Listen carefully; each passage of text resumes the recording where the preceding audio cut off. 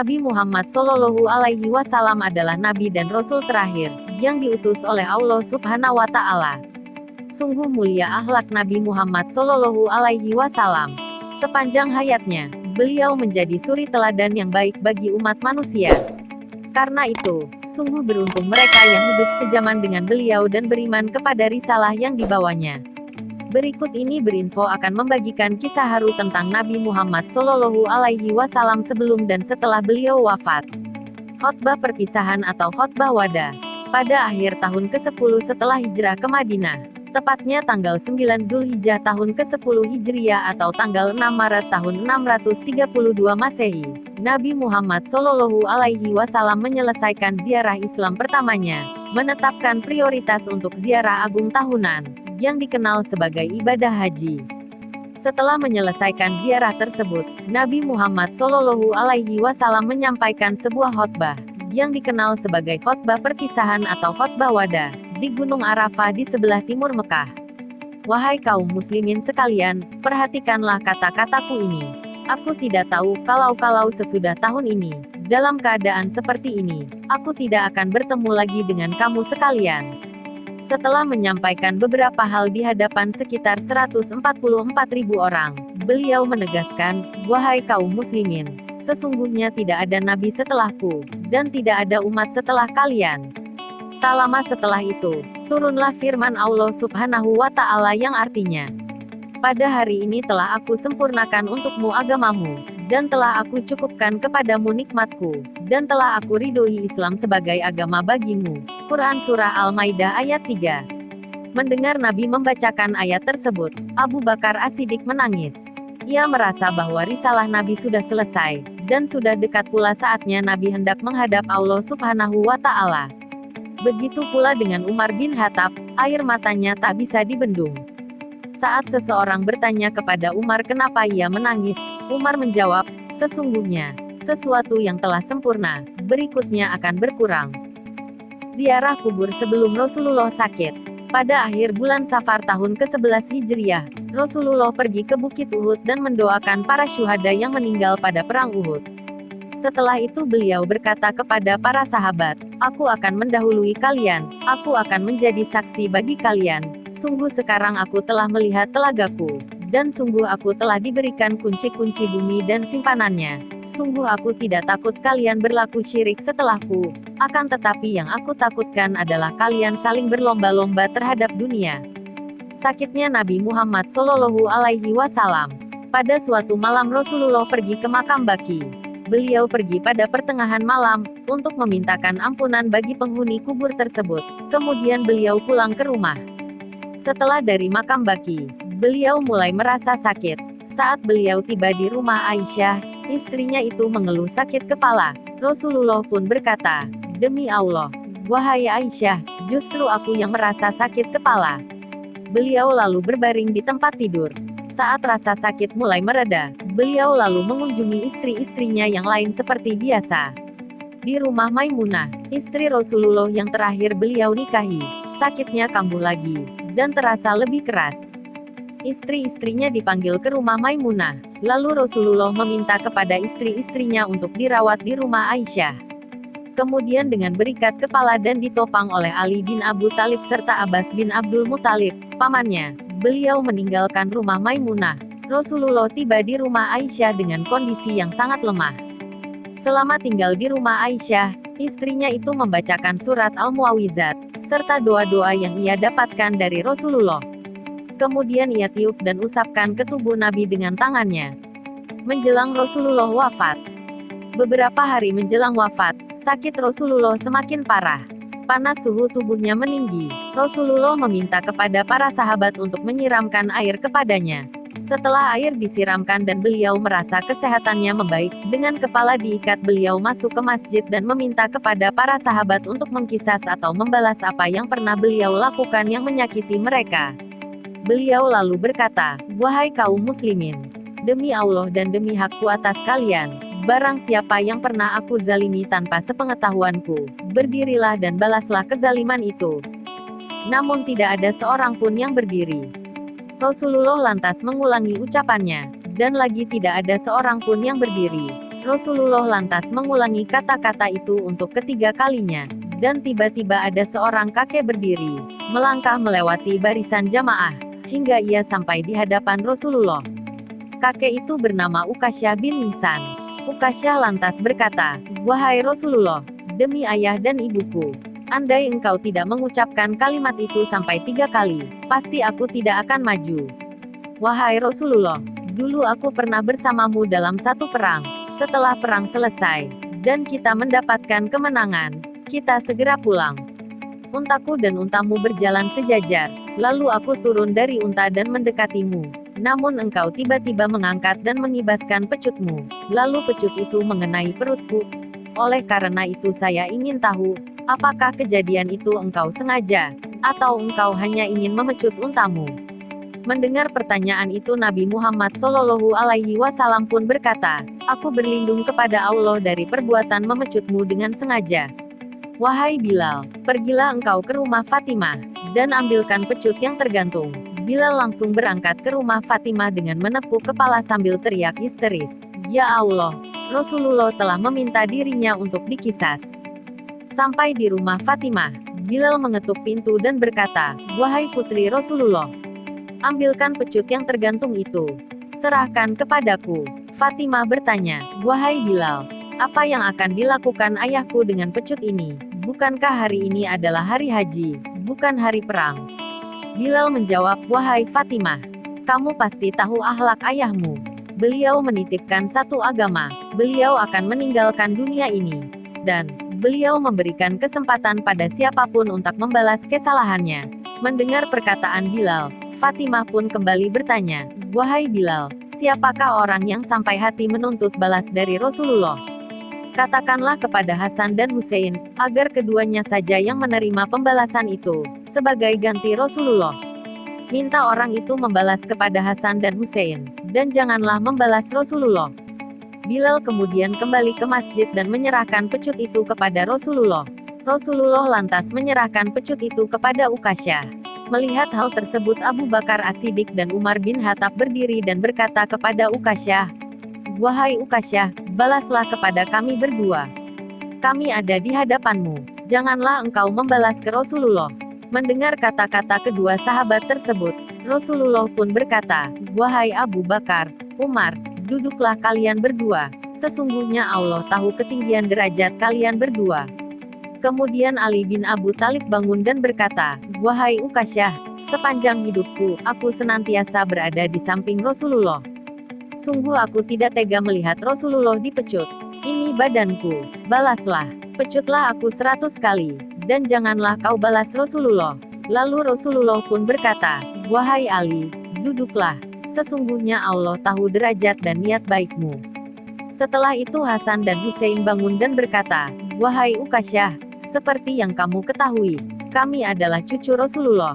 Dengan membalas kepada kami darah daging beliau, itu sama saja dengan membalas Rasulullah. Maka pecutlah kami." Mendengar perkataan cucunya, Rasulullah pun berkata, "Wahai buah hatiku, duduklah kalian berdua. Sungguh Allah tidak akan melupakan kemuliaan kalian." Kemudian beliau berkata kepada Ukasyah, "Wahai Ukasyah, silahkan, pecutlah aku." Namun Ukasyah malah berkata, "Wahai Rasulullah, ketika engkau memecut perutku dalam keadaan terbuka." Maka Rasulullah langsung menyingkap pakaian hingga perutnya terlihat. Ketika itu terjadi, menangislah semua para sahabat yang ada di situ. Mereka menegur Ukasyah, "Apakah engkau betul-betul akan memecut Rasulullah, wahai Ukasyah?" Ukasyah lantas melihat perut Rasulullah. Dia pun lalu berlutut di hadapan Rasulullah, sambil memeluk beliau dan berkata, "Demi ayah dan ibuku, siapa orang yang tega melakukan pembalasan kepadamu, wahai Rasulullah? Saya melakukan ini hanya semata-mata karena saya ingin menyentuhmu, tubuh manusia yang telah dimuliakan oleh Allah Subhanahu wa Ta'ala." Melihat hal itu Rasulullah pun berkata, "Dengarlah kalian semua. Jika kalian ingin melihat temanku di surga nanti, maka kakek inilah orangnya." Mendengar hal itu para sahabat pun bersorak dan saling bersalaman atas kegembiraan mereka akan hal tersebut. Lalu mereka pun berkata, "Wahai Ukasyah, inilah keuntungan paling besar bagimu.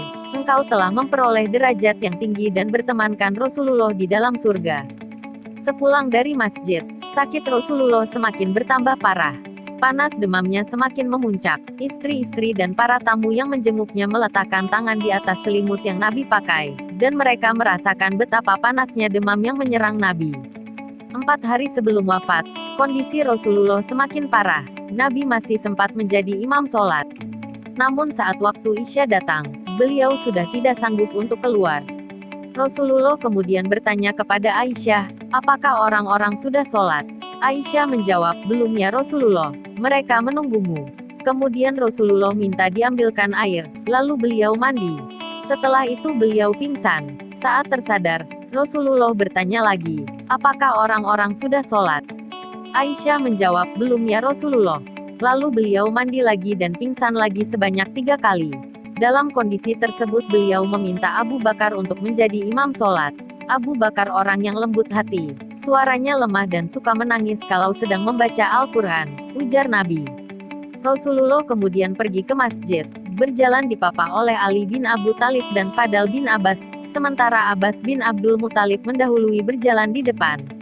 Nabi Muhammad SAW dibebat kepalanya sambil berjalan terlatih-tatih dengan kedua kakinya, hingga beliau sampai di undakan terbawah dari mimbar. Lalu para sahabat mengerumuni beliau menjaganya agar tidak terjatuh.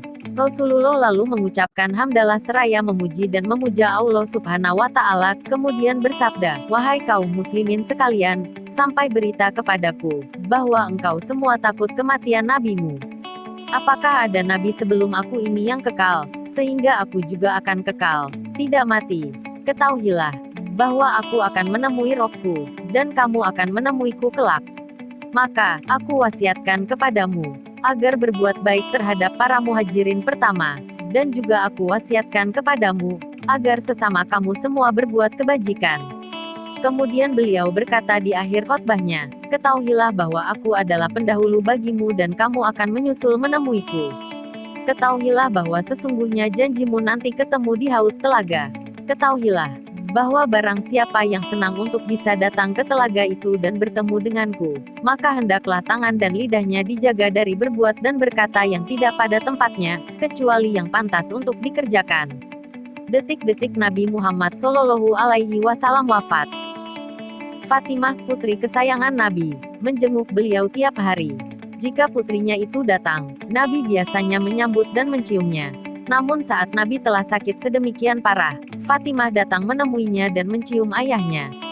Selamat datang putriku, ujar Nabi. Beliau lalu membisikkan sesuatu kepada Fatimah. Lalu tiba-tiba Fatimah menangis, tapi tidak lama kemudian ia tersenyum. Rupanya Nabi mengabarkan 2 hal. Pertama, bahwa Rasulullah akan meninggal karena sakitnya tersebut, dan kedua, Fatimah adalah orang pertama dari keluarganya yang akan menyusul Rasulullah. Sebab itulah Fatimah merasa bahagia.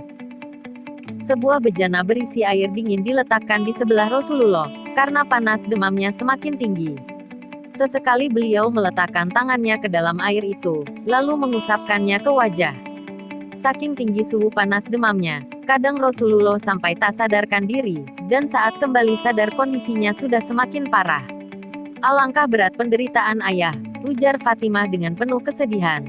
Tidak, takkan ada lagi penderitaan ayahmu sesudah hari ini, jawab Rasulullah. Saat detik-detik sakaratul maut datang, Rasulullah berada di pangkuan Aisyah. Abdurrahman bin Abu Bakar datang membawa siwak, dan Rasulullah memandang ke arahnya. Mau aku ambilkan untukmu? Tanya Aisyah kepadanya. Rasulullah menganggukkan kepala tanda setuju. Setelah dikunyah oleh Aisyah, siwak itu digosokkan ke mulut beliau. Rasulullah kemudian memasukkan tangannya ke dalam bejana air yang ada di dekatnya dan mengusapkan ke wajahnya seraya berkata, La ilaha illallah, sesungguhnya setiap kematian ada sekaratnya. Kemudian Nabi mengangkat tangannya dan memandang ke atas, bibirnya bergerak-gerak dan berkata, bersama-sama dengan orang-orang yang dianugerahi nikmat oleh Allah, yaitu para nabi, para sidikin, orang-orang yang mati syahid dan orang-orang soleh. Dan mereka itulah teman sebaik-baiknya. Yang demikian itu adalah karunia dari Allah, dan Allah Maha Mengetahui. Beliau melanjutkannya dengan berkata, Ya Allah, ampuni dan kasihanilah aku, pertemukan aku dengan teman-teman yang tinggi kedudukannya. Ya Allah, pertemukan aku dengan teman-teman yang tinggi kedudukannya. Rasulullah mengulangi kalimat tersebut sebanyak 3 kali, kemudian tangannya lemas dan akhirnya nyawa terpisah dari raga. Rasulullah wafat sambil bersandar antara dada dan leher Aisyah. Kemudian Aisyah meletakkan kepala Rasulullah di atas bantal. Setelah Nabi Muhammad SAW wafat, kepergian Nabi Muhammad SAW menimbulkan duka mendalam bagi para sahabat. Duka itu menyelimuti umat Islam di Madinah pada Senin, 12 Rabiul Awal tahun 11 Hijriah atau tanggal 8 Juni tahun 632 Masehi. Rasulullah, sang penghulu Nabi dan Rasul itu mangkat di pangkuan istrinya, Aisyah radhiyallahu anha. Kisah Nabi Muhammad SAW saat wafat menimbulkan kesedihan mendalam bagi Umar bin Khattab, dan juga Abu Bakar As-Siddiq. Umar yang awalnya menentang datangnya Islam, tapi kemudian berbalik beriman kepada Allah Subhanahu wa Ta'ala dan Rasul-Nya. Beliau mulanya tak bisa menerima kabar wafatnya Nabi Muhammad SAW. "Engkau dusta," kata Umar kepada orang-orang yang menangis atas wafatnya Rasulullah. Bahkan dia nyaris mengacungkan pedang, mengancam akan membunuh siapapun yang menyebut Rasulullah telah wafat. Ada orang dari kaum munafik yang mengira bahwa Rasulullah telah wafat. Tetapi demi Allah, sebenarnya dia tidak meninggal, melainkan ia pergi kepada Tuhan, seperti Musa bin Imran. Ia telah menghilang dari tengah-tengah masyarakatnya selama 40 hari, kemudian kembali lagi ke tengah mereka setelah dikatakan dia sudah mati. Sungguh, Rasulullah pasti akan kembali seperti Musa juga. Orang yang menduga bahwa Rasulullah telah meninggal, tangan dan kakinya harus dipotong, kata Umar. Sesungguhnya Rasulullah tidak akan meninggal sampai dihabiskannya orang-orang munafik oleh Allah Subhanahu wa Ta'ala, kata Umar berikutnya. Abu Bakar As-Siddiq, pemimpin yang lemah lembut itu datang menenangkan Umar bin Khattab. "Sabar, sabarlah Umar. Dengarkan," kata Abu Bakar. Namun Umar, yang setelah menjadi khalifah bergelar sang Amirul Mukminin itu tak mau diam. Abu Bakar kemudian memberikan isyarat kepada semua orang yang ada di sekitar rumah Rasulullah, bahwa dia akan bicara, "Saudara-saudara sekalian, barang siapa yang menyembah Muhammad, maka Muhammad sudah meninggal. Tetapi barang siapa yang menyembah Allah, maka Allah akan selalu hidup dan tidak akan pernah mati," kata Abu Bakar. Khalifah pertama setelah Rasulullah mangkat itu kemudian membaca firman Allah Subhanahu wa Ta'ala dalam Quran Surah Ali Imran ayat 144 yang artinya, "Muhammad itu tidak lain hanyalah seorang rasul, sungguh telah berlalu sebelumnya beberapa orang rasul. Apakah jika dia wafat atau dibunuh kamu berbalik ke belakang, murtad? Barang siapa yang berbalik ke belakang, maka ia tidak dapat mendatangkan mudarat kepada Allah sedikitpun, dan Allah akan memberi balasan kepada orang-orang yang bersyukur." Mendengar Abu Bakar membacakan ayat tersebut, Umar bin Khattab lemas. Kedua kakinya tak mampu menyangga tubuh, dan Umar pun jatuh ke tanah. "Demi Allah, seakan-akan aku tidak tahu ayat itu, sampai ku dengar Abu Bakar membacanya. Aku lemas dan jatuh ke tanah. Kedua kakiku tidak kuat menyangga tubuhku. Aku baru sadar kalau Rasulullah SAW telah meninggal," kata Umar bin Khattab. Kisah Nabi Muhammad saat wafat juga menimbulkan kesedihan mendalam bagi Bilal bin Rabah, sang muazin pertama. Bahkan dia memutuskan berhenti menjadi muazin Rasul.